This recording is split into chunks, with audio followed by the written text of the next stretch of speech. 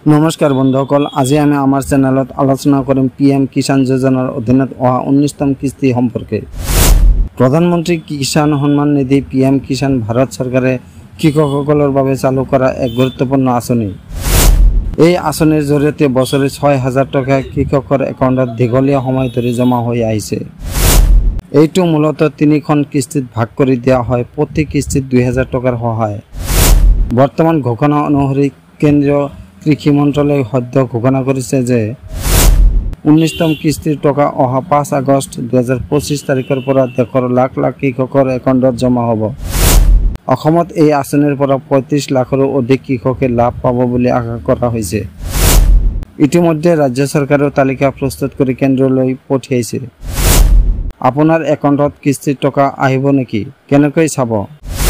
PM Kisan পোৰ্টেলত যোৱাৰ পাছত beneficiary status অপশ্যনত ক্লিক কৰক। আপোনাৰ আধাৰ নম্বৰ বা মোবাইল নম্বৰ দিয়ক, তাৰ পাছত আপুনি চাব পাৰিব কিমান কিস্তি পাইছে আৰু 19তম কিস্তিৰ ৰিলিজ হ'ল নে নাই, কোনে লাভ কৰিব। যিসকলে এতিয়ালৈকে পিএম কিষাণ আঁচনিৰ অধীনত নাম অন্তৰ্ভুক্ত কৰিছে আৰু যিসকলৰ KYC সম্পূৰ্ণ হৈছে, আধাৰ নম্বৰৰ সৈতে একাউণ্ট লিংক হৈছে, তেওঁলোকৰ একাউণ্টত এই কিস্তি জমা হ'ব। ভুৱা তথ্য দিয়া কৃষকে এই কিস্তি নাপাব। যিসকলে আধাৰ বেংক মিছমেচ আছে তেওঁলোকেও লাভ নাপাব। সহায়ৰ বাবে ক'ত যোগাযোগ কৰিব? আপুনি পিএম কিষাণ হেল্পলাইন নম্বৰ 155261ত যোগাযোগ কৰিব পাৰে।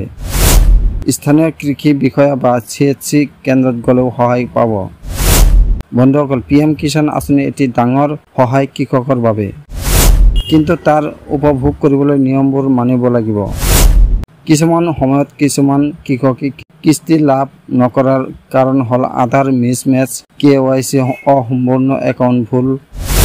তেনে নহ'বলৈ আজি এই ভিডিঅ'টো চাই KYC সম্পূৰ্ণ কৰক আৰু আপোনাৰ অধিকাৰৰ বাবে সজাগ থাকক। শেষত আপোনালোকৰ মাজত কোনে এই কিস্তি পালে কমেণ্টত জনাব। চেনেলটো নতুন হ'লে লাইক, শ্বেয়াৰ আৰু ছাবস্ক্ৰাইব কৰিবলৈ নাপাহৰিব। ধন্যবাদ।